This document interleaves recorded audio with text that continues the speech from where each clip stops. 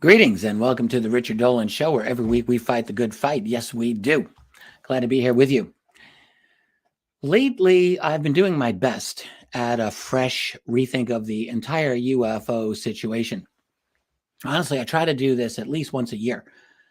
With a subject like UFOs, I feel it's necessary, at least for me, to ask myself fresh questions, or at least to look for fresh answers to old questions. We keep learning more and more about ourselves, about our society, about our history, and yes, about UFO history too. And I just find it's always very good for me to do that. And I've been making a pretty good habit of it for the last, I don't know, many number of years. It's good for me. So in preparation for something that I have planned for this coming weekend, which I'm going to discuss very briefly at the end of this, I realized that I wanted to come back to one thing of several that I think is woefully missing in the general discourse about UFOs, both among the general public and the media, and as well as among serious researchers, in my opinion. I just don't think anyone really talks enough about this following problem, which is the sheer quantity of good UFO sightings and encounters. It is such a massive amount. And I really think that what happens is, we get kind of jaded. I cannot tell you how many times I've heard researchers say, I don't want to hear anything more about lights in the sky and UFO reports. We know what this is. We need to go beyond that and either, reveal the cover up, okay, or talk about who these beings are, or talk about what their agenda is, or whatever. The science involved. And I agree, like all of those are important. All of them matter. But I think something has been severely missing in our lack of attention, at least it seems to me, on the quantity and the patterns within the quantity of these reports, because there are definite patterns that can tell us a lot about this phenomenon. We're not asking enough questions. We have so much data to work with. And it just seems to me that by and large, UFO researchers are not utilizing the massive amount of data that's available to anyone. So a lot of you know I'm a big fan of the website, the National UFO Reporting Center. I've got a bunch of slides here I want to show you. Let me just start with this one. I put this together earlier today. It looks nice, doesn't it? So the New Fork, that's the National UFO Reporting Center, has been going for many, many years. It's run by Peter Davenport, and he takes in basically raw reports. He does his best to filter out nonsense and hoaxes and things like that. It's difficult. I go to his website many times every year. I'm on it a lot. I like to read the fresh reports.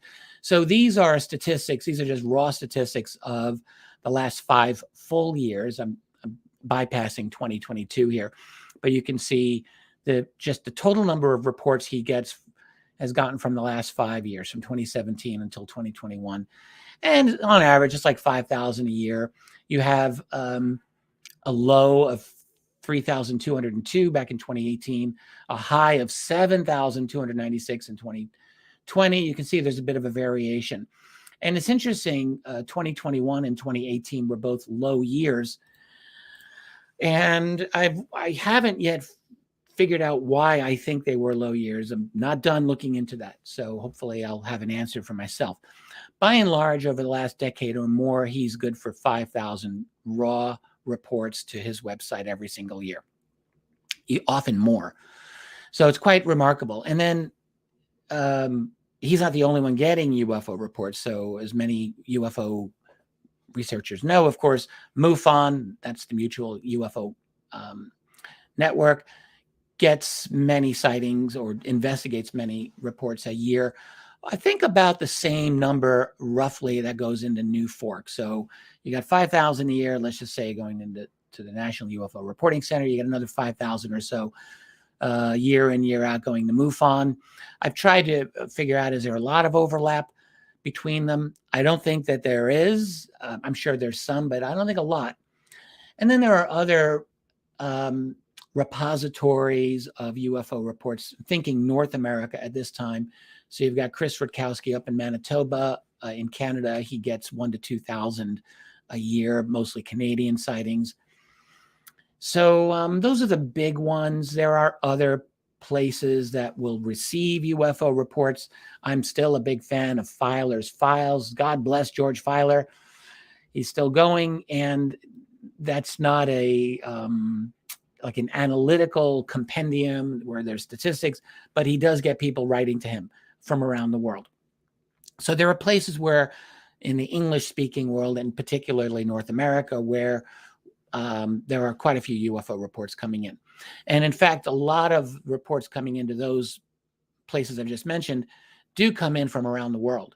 And the reason for that, unfortunately, is that much of the world simply does not have a good infrastructure for tabulating and amassing all of our UFO data.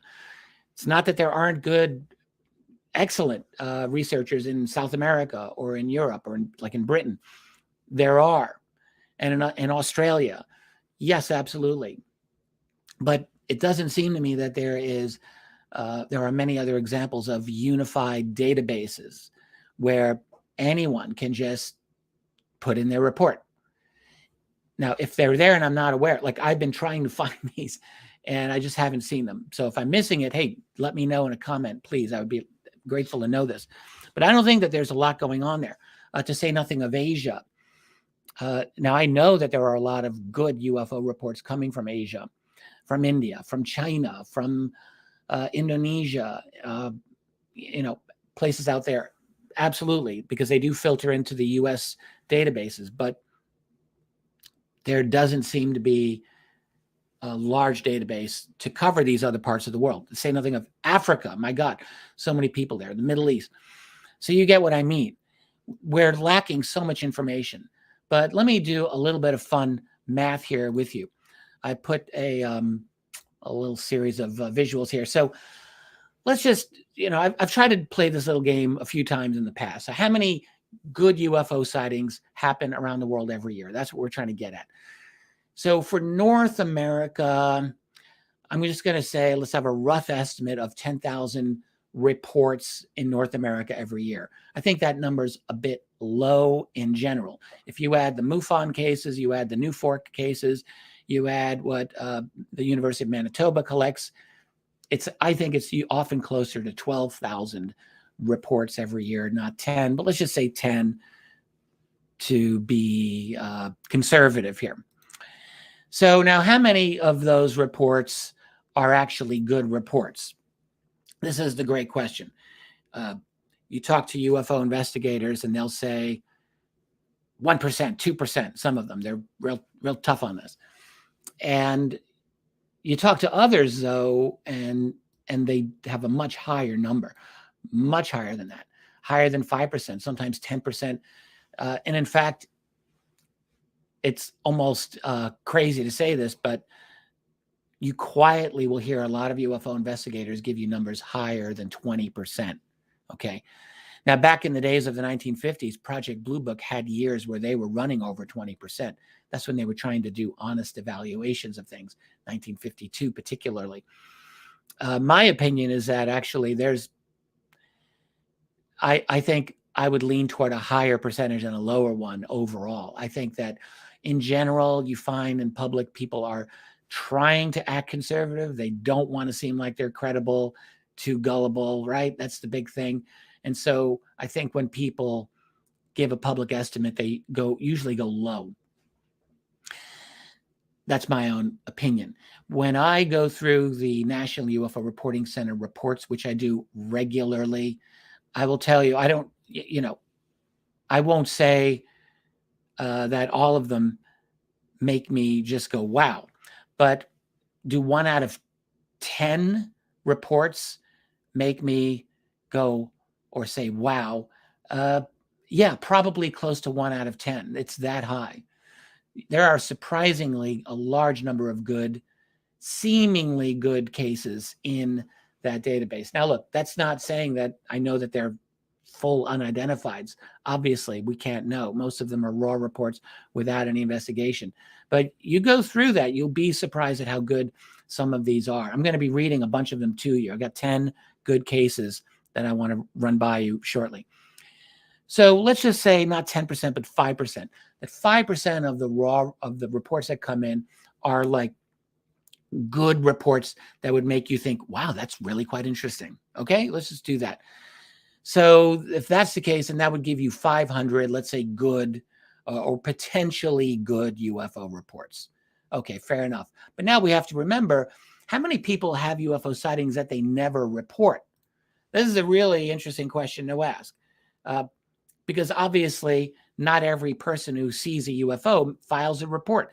Many times in these databases, people submit their report long after the fact, sometimes months after, sometimes years after, sometimes many years after the fact. It's not unusual. And so, and of course, when you talk to people, you find, I've talked to hundreds and hundreds of UFO witnesses, and a small minority have actually reported it. And I think that number is easily less than 1 in 10, my opinion. When I would go out to conferences when they were live in person, remember those days of human connection, I'd go out there and I would ask people in the audience, how many of you have seen a UFO? Up go the hands. How many of you reported a UFO? And a couple of them stay up. Stanton Friedman did this too. I learned that trick from him. And it's a little shocking. So if you go on that basis, let's be conservative and say 25% of all UFO witnesses report their sighting. All right. So I think that's actually extremely generous. I think 10% is probably more likely, if that. But we're just going conservatively here. So if it's 25%, that's 1 out of 4. So that means take the 500 good UFO reports and we'll turn that into 2,000 good UFO sightings. Okay. You get the math. That's North America. Because keep in mind, the MUFON and Newfork cases, nearly all of those are North America. They're almost all U.S. and Canada. Now, let's keep in mind, U.S. and Canada are they're less than 5% of the world's population. U.S. population, I think, is 4.2%, something like that. Canada, much smaller. It's tiny. It's like 1/10 of the U.S. population. So we're under 5% if you add the two of them together. That's less than 1 out of 20 people in the world live in the United States and Canada. You wouldn't know that talking to Americans, probably Canadians too. We think we own the world, but we don't. And for every one American, there are more than 19 other people around the world.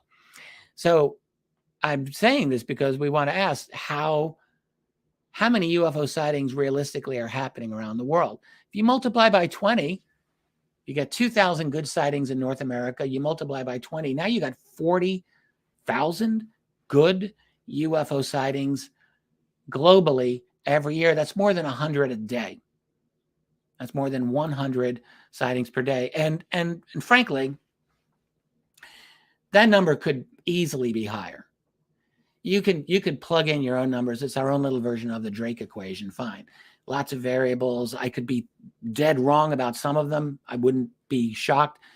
But it's just a rough mental exercise, because the fact is we don't have the data, but we do know that there's something significant going on around the world. Why do I know that? Because when you go through these massive numbers of UFO reports, you see patterns. You see a variety of patterns, not just one pattern. So I want to run by you one of those patterns here.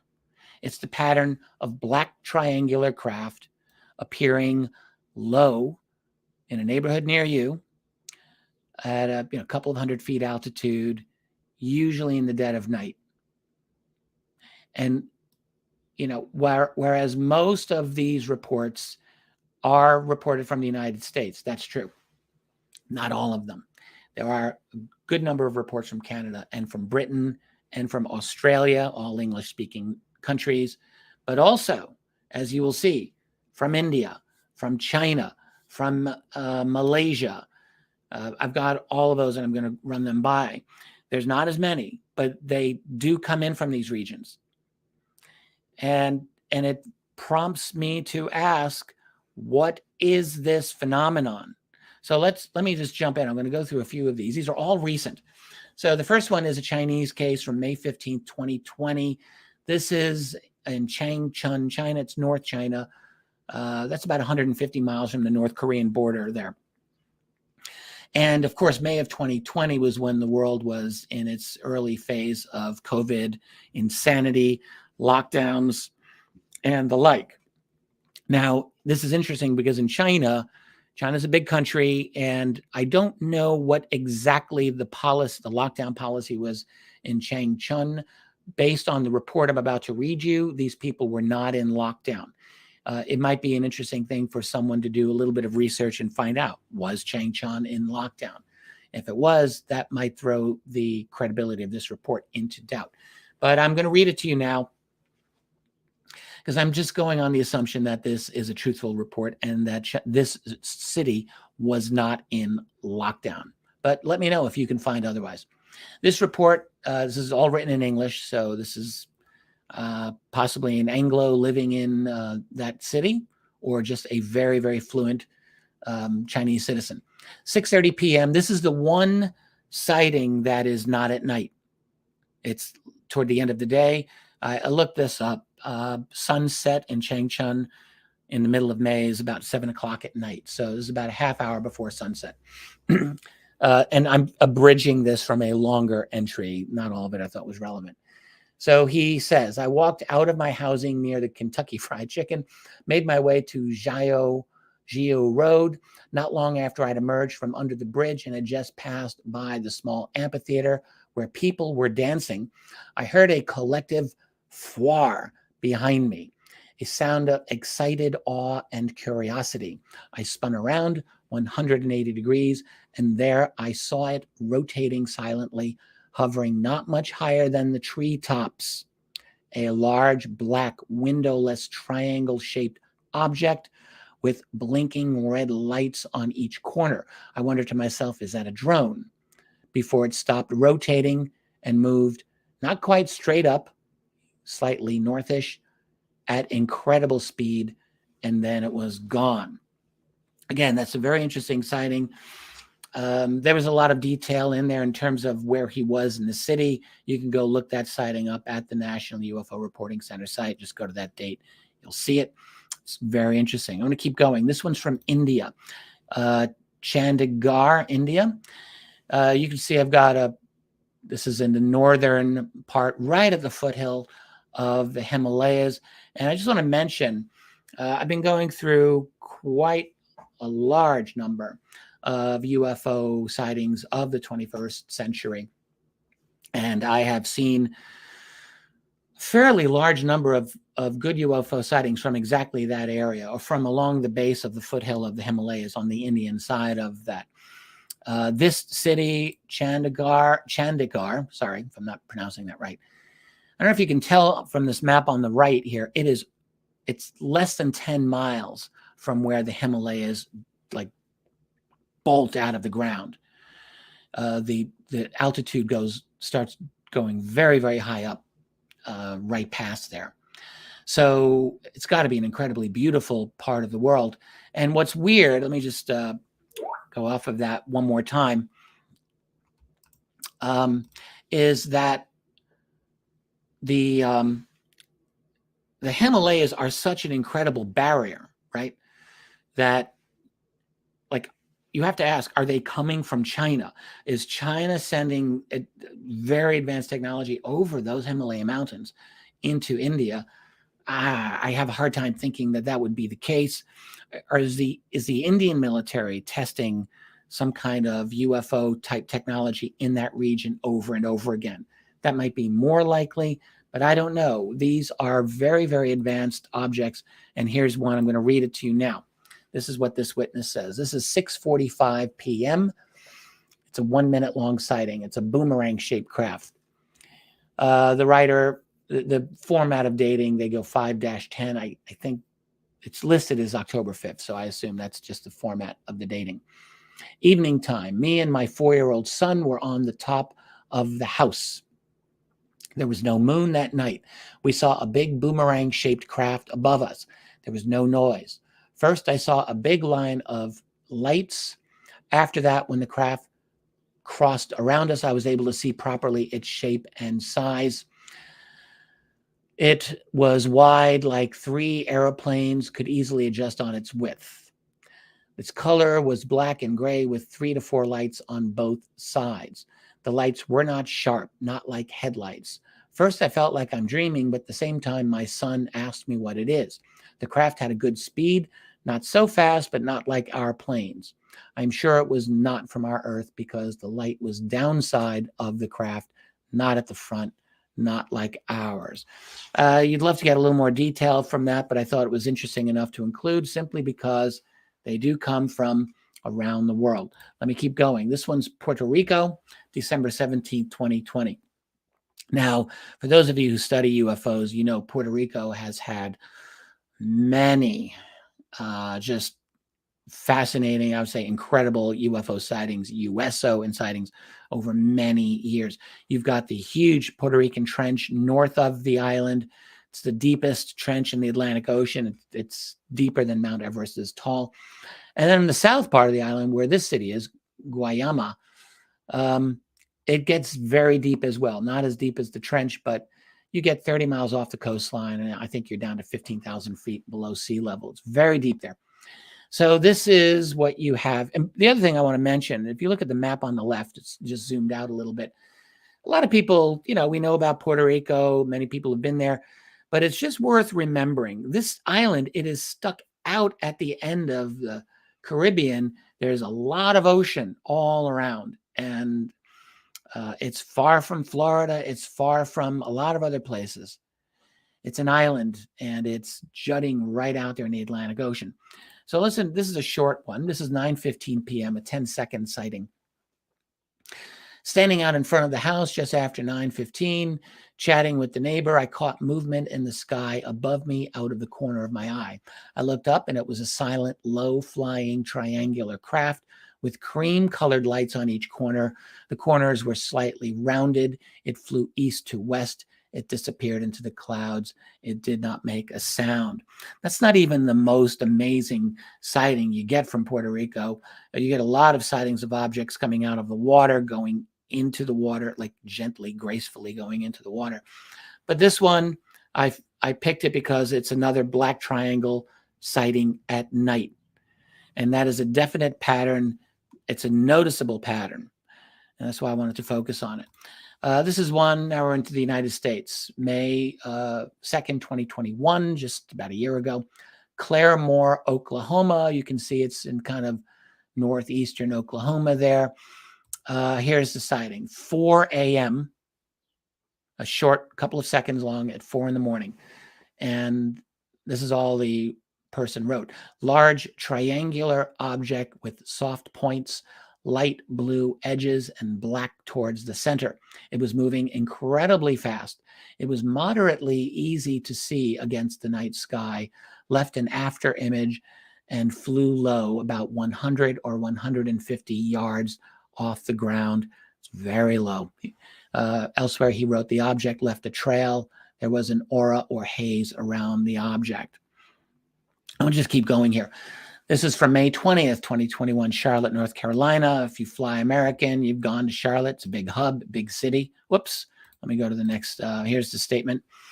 The driver, this is what they wrote. Driver was traveling south in her vehicle on Interstate 77, halfway between Charlotte and Huntersville, North Carolina. 10:25 p.m., one large triangle-shaped, smooth/sleek object with 3 bright white LED, I guess they look like LED lights, on each corner was seen in the sky at approximately the height from the ground of 3 to 4 full-grown oak trees tall. I had to research how tall is a full-grown oak tree. So they're about 50, 60 feet tall.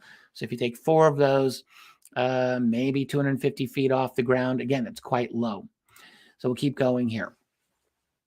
It was dark in color, black or dark silver gray, and appeared to have a smooth undersurface. There was no sound, and it remained stationary, hovering in place without movement. The three corners of the object appeared to be somewhat rounded, reminded driver of the smoothness, sleekness, and shape of a stingray, somewhat sci-fi or futuristic in appearance. The large size of this object appeared to be similar to or slightly larger than a commercial airline carrier, only a solid triangular shape rather than a slender body with wings. So again, it's presumably as long as a jumbo jet airliner, but a lot larger because it's got that full triangular shape, so a lot to fill in. And again, it's late at night, and you low over the ground. What are these things doing? This one's from Malaysia. We don't have an exact location, unfortunately. May 26, 2021. Other than the lack of an explicit city, I don't know if it's the capital or if it's another of the outlying regions, but Malaysia's down at the bottom of the Malaysian peninsula. It's north of Singapore. This is what the writer says. 4:25 a.m. I'll just go to the main body here. At about 4:25, 4:30 in the morning on May 26th, my husband and I were chatting on the balcony on the 10th floor. The balcony was able to see the entire sky. There were no clouds or stars at the time, and weather was in good condition. Suddenly, my husband saw a triangular flying vehicle faintly in the sky. He watched it for about 10 seconds and then told me to take a look. My eyesight is very good. When I see the sky, the triangular aircraft is very clear. It is an equivalent triangle, I assume she meant equilateral triangle, with a triangular dotted shape in the middle side. Not sure what she meant by that. There are 4 white lights on the bottom of each side. The aircraft flies very low, so you can clearly see its outline. There is no engine, no parts, and no sound. It's just a flat triangle flying very slowly. I saw it for about 5 or 6 seconds before the aircraft was blocked by the building. I like that report. I thought, other than the lack of an exact location, a couple of other things you'd like to hear about it, seemed pretty straightforward. That's one of those reports. I read it, I go, wow. I think that's interesting. It doesn't seem like it's fake. I can't prove it. I can't, I don't know if there's anyone who got out to investigate that, but it reads interesting to me. And I mean, the fact is, we don't have anywhere near the resources to do proper investigations of most of these sightings. That's just the fact. So they go in as raw reports, and there they are. They're stuck on the website waiting for folks like us to read them. So let's keep going. This one's from Florida, Bonita Springs. This is on the west coast facing the Gulf of Mexico. And for the record, Florida, in my view, has an enormous number of just really good UFO sightings every year.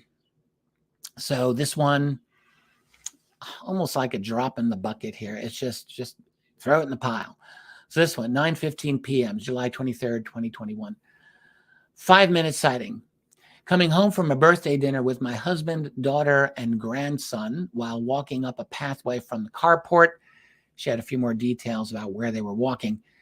She goes on. She says, we heard a rumbling sound that looked directly up to see a large triangular-shaped ship that had a very bright light from the ship's center.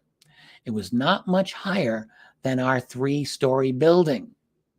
It stayed hovering a few minutes, us staring at it and it at us. Then it zoomed off. We were shocked and a bit frightened. And that's something else that's always worth noting, which is the emotional reaction that you often get when you dig into these UFO reports. It's frequently the case. And fear and shock is definitely not an unusual response that you read in these reports. These affect people very deeply. This is another report that actually made me go, wow. This is August 2021 from Santa Fe. This is 2 pages, 2 slides worth of text here. 3:30 a.m., all right? Let's get that. 15-second sighting. I really like this one. This guy says, I'm 51 years old and consider myself an amateur astronomer. I was observing the Perseids meteor shower with mother and father in the front yard facing a north to northeast direction.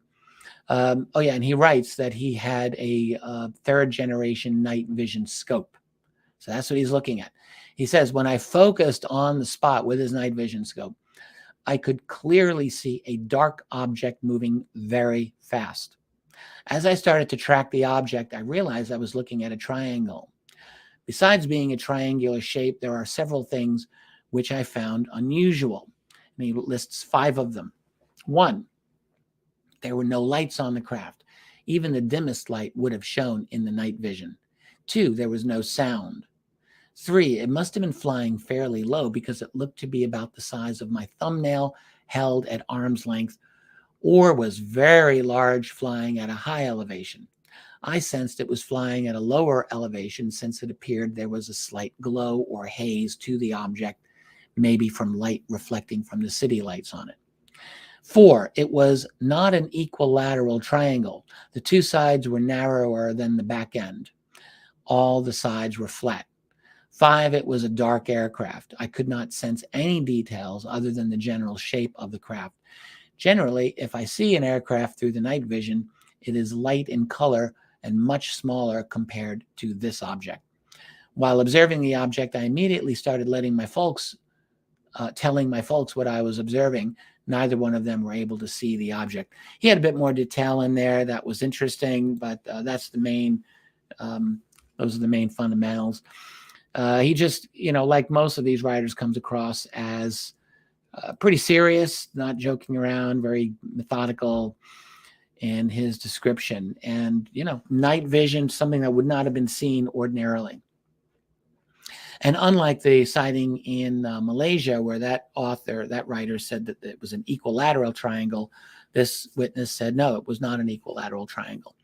You do get a lot of reports of both. A lot of them are either equilateral or nearly so, but not all. So, all right, we will continue. So this is Quebec, Montreal, Quebec. For those Americans who wonder, where is that? It's just north of the U.S. border, guys. Now, the thing about Montreal, and this is why I have the close-up from Google Earth here, it's right on the St. Lawrence River. And, water-based sightings to me, are particularly interesting. I don't know if this sighting is water-based. We don't have enough information, unfortunately. So let me read this to you.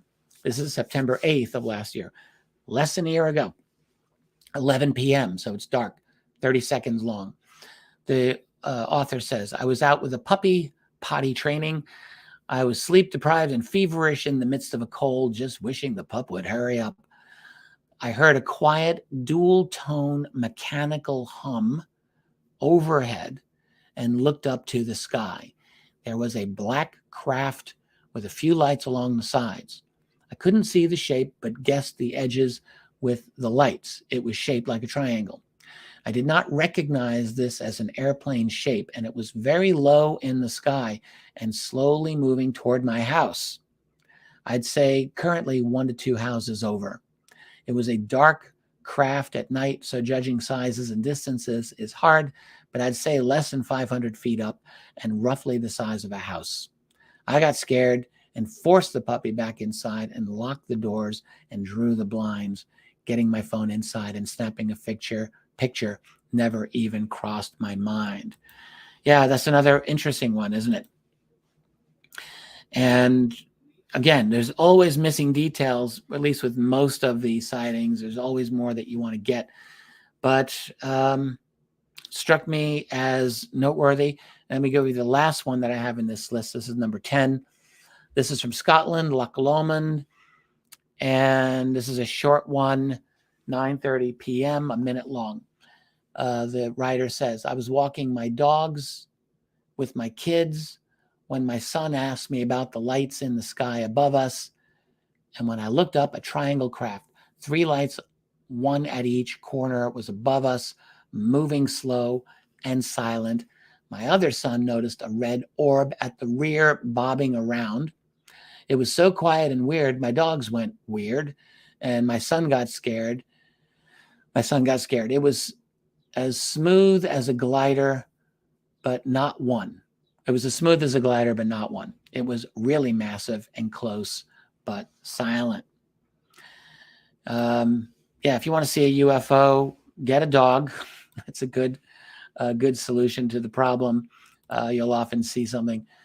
You could do something unhealthy, like take up smoking. Then you have to go outside and smoke a cigarette, or get a hot tub. That's more fun. And I say those three things because you often find when you read through the reports, someone is doing one of those three things, and it actually makes sense because those are three things that take you outside. Particularly in a hot tub. Most people don't have a hot tub, but if you do, you're in it for a long period of time. You're looking up at the sky frequently, and that's when you're going to see things. Well, anyway, so there you go. So those are 10 reports of black triangles in a variety of different parts of the world. What are we dealing with? All right. That's a skimming of the surface. I think you can gather that. And that's just black triangles. There are no shortage of good old-fashioned, old-school UFO disc-shaped objects that are still reported all the time every year around the world. Are we actually dealing with 40 to 50,000 sightings of these types of things every year around the world? I don't think it's an outrageous proposition. So what are we dealing with? Well, obviously something significant. Obviously, something very stealthy, something clandestine, secret, frequently large craft, not always large, but sometimes very large, often with extraordinary capabilities. They're being seen pretty much everywhere. And, again, how many don't get reported? I have to assume many, large numbers. And this includes, by the way, personal encounters. I haven't even talked about that in this presentation here. But there is no question in my mind that people who have had what appear to be, let's just put it out there, alien encounters, I think most of them do not tell this to anyone more than a couple of friends or family members. Some of them will find small support groups. There's a few of them out there. That's good. But even they don't really get their reports out there. Like they don't often it's not like people are writing reports of all of these personal encounters. There's a few authors, they'll focus on them, and that's good, but we don't really know how many of these there are. I think that it's a massively underreported phenomenon. So massive numbers of sightings, massive number probably of personal encounters. The fact that ufology truly ignores this massive phenomenon every year it's a bit troubling. All right. Keep in mind this one fact, the quantity of these reports. All right. That's one thing, as well as just what are they doing over our homes at night? That should be a part of public discussion. The amount and what they are doing. Both of those are important things.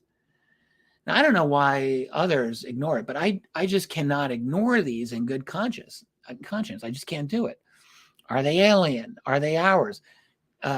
Whatever the answer to that, it's a troubling thing. If it's alien, it's definitely troubling. And if we're making them, that's also troubling, frankly. And you have to ask, are the Chinese making black triangles? There is a Chinese report. If the Chinese are making black triangles that can do what that author described, you'd think American military planners are shitting a brick. Maybe they are. But maybe the Chinese haven't yet made advanced black triangle technology. It's hard to know. The thing is, this thing goes deep. This phenomenon goes deep. We've been at this now for almost 80 years. And you know what? We're still taking baby steps here. Clearly, something important is happening, and we get nothing from anyone who's supposed to be in a position of responsibility, right? No military, no politicians, like we would expect that.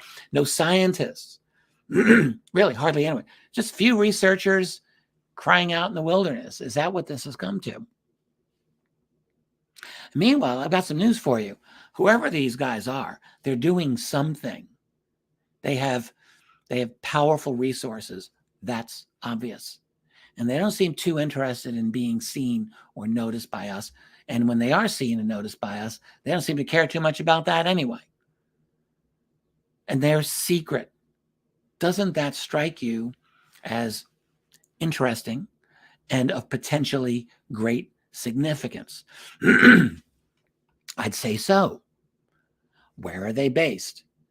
Who do they answer to? What exactly are they doing when people do see them? Like, what do they have a mission? Are they just joyriding at 4 a.m. over your neighborhood?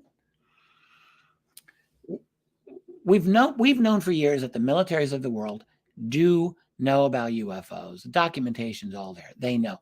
Politicians know too. Last month when the Pentagon gave its briefing on UAP to members of Congress, and they're talking about how they've got this under control. I keep thinking I'm listening, and they're like, no, you don't. You don't have this under control. They're like, if we give it enough resources, we can identify and mitigate those objects. And I'm like, you've never been able to identify them. And all you have to do is go through the declassified literature to see that. At least you're not officially identifying them as belonging to any nation on planet Earth. And you're certainly not mitigating them. And, the other thing that I thought that was cute about their presentation, if you followed the UAP task force report thing from a year ago, you might remember when the Navy submitted that, they said, we've gone back about 20 years, back to the Tic Tac UFO encounter of 2004, and we have found 144 UAP encounters, one of which we identified as a balloon. 144 in 20 years. Like, you got to do better than that. So this year, they said, no, we've actually found about 400. Now, they did not say what period of time. I can only assume over 20 years.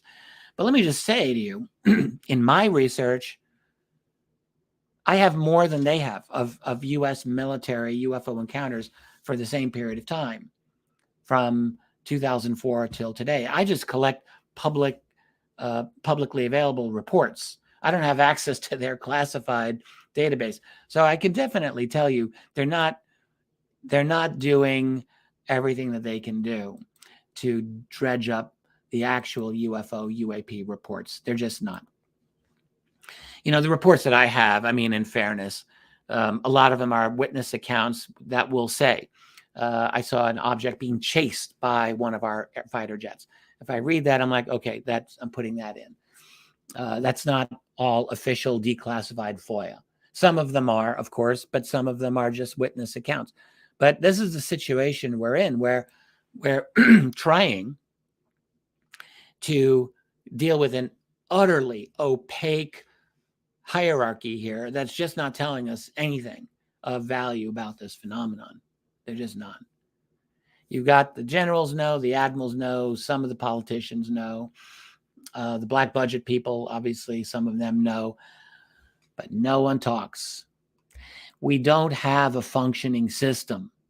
It's been broken for a while. You know that as well as I do.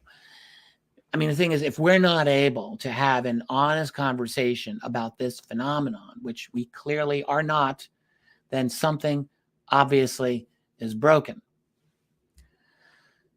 I talk about this sometimes. I feel like I get emotionally worked up here. So I'm going to stop here. Now I'm going to do a deeper dive on this whole thing in a much longer presentation, with lots of nicer looking visuals than what I've shown you here. And that's a virtual conference. The lecture is titled Why UFOs Are the Most Important Thing We're Not Talking About. Some of the things I've talked about here are things that I will be visiting there.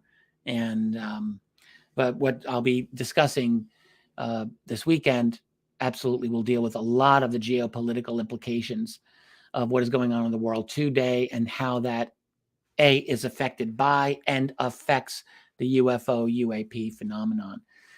For me, the important thing is to try to figure out how to integrate what we know about the UFO phenomenon with what we also know about the world situation in every way imaginable. That is politically, that is technologically, scientifically, pretty much everything. So that's what I'm doing, and I kind of like where it's going. So that'll be Saturday. You can check the link on that below.